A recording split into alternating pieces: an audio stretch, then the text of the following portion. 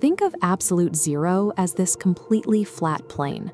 Two people start here with the exact same disadvantages: no rich family, no special connections, no perfect opportunities.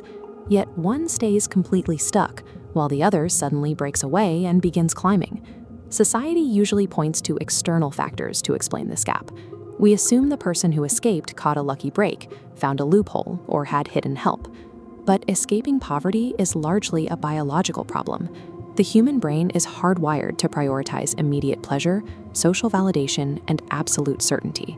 It prefers the safety of the default state over the risk of growth. To build wealth from nothing, a person has to execute an instinct override.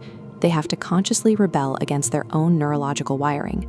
Before it ever becomes a financial struggle, the journey from zero to wealthy is an internal psychological war against the brain's default operating system. This cyclical flowchart maps out a psychological trap called the consistency bias. The human brain desperately wants external behaviors to match internal beliefs. If someone internalizes the idea that people like me never succeed, that becomes the internal identity driving every external action. This creates an invisible friction. When an opportunity arises, a person with a poverty-based identity will often unconsciously self-sabotage, missing the chance because succeeding contradicts their belief about who they are. People who rise from zero break this loop by adopting a new self-image before physical circumstances change. They force a shift in internal identity while their bank account is empty. Because the brain hates contradiction, it panics and corrects the imbalance. Once the identity shifts, behavior automatically alters to satisfy the consistency bias, forcing the person to take actions that align with their new self-image. The environment you start in does not dictate your permanent identity. Instead, a deliberately hacked identity eventually dictates your environment. Now, look at this line graph tracking emotional states over time. The default human operating system constantly demands immediate dopamine. When people feel stressed or stuck, they spend money and resources to buy quick, jagged spikes of relief, buying things just to feel good now. This emotional reactivity keeps people trapped in short-term survival mode.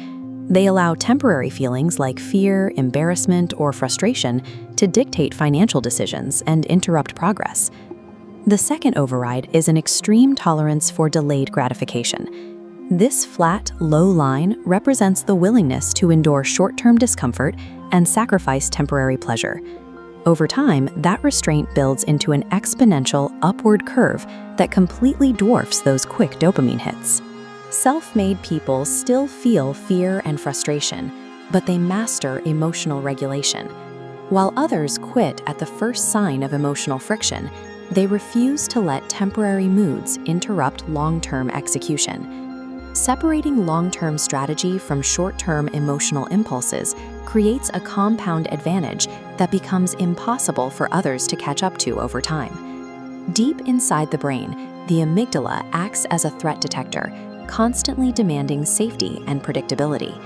Biologically, it is the enemy of the financial risk required to escape absolute zero. Overriding this fear means developing a high tolerance for uncertainty. It requires acting continuously without any guaranteed results, immediate rewards, or certainty that a plan will even work.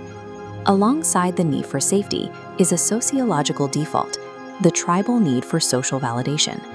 Most people waste scarce resources trying to create the visual appearance of success to impress the group. True wealth builders override this need for external status. They ignore the urge to look successful and direct all their energy towards quietly acquiring invisible, highly valuable skills. This geometric sequence shows how that specific choice cascades.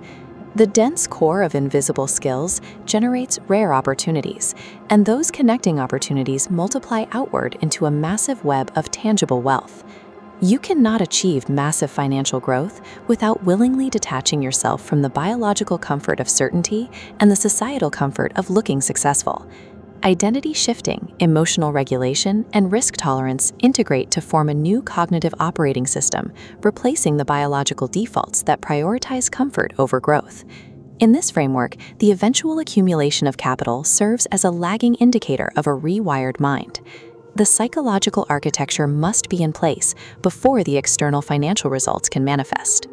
Waiting for the economy to improve? hoping for a lucky break, or relying on external circumstances guarantees you will remain exactly where you are.